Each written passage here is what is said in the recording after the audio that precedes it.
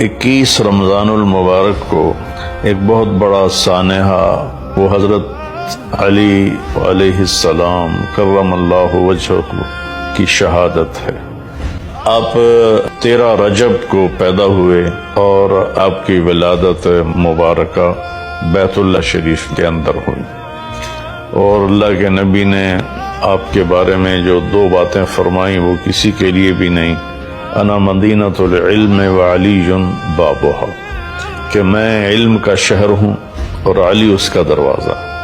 گویا علوم نبوت کو حاصل کرنے کے لیے دروازے سے گزرنا پڑے گا۔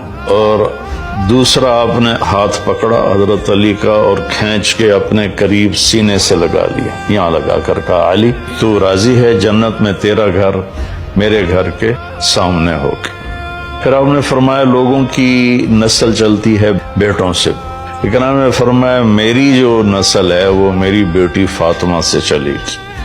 گویا علی علیہ السلام آپ کی نسل کے وارث ہیں اور اہل البیت ہیں۔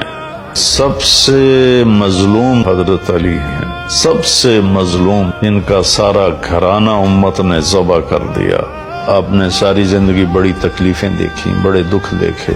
تو ایک دفعہ آپ بیمار تھے تو آپ نے عرض کی یا رسول اللہ لگتا ہے میری موت آ گئی۔ آپ نے کہا نہیں علی تو ایسے نہیں مرے گا۔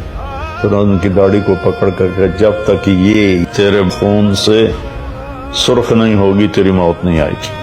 تو اپنی داڑھی پکڑ کر کہتے تو کب سرخ ہوگی، تو کب سرخ ہوگی۔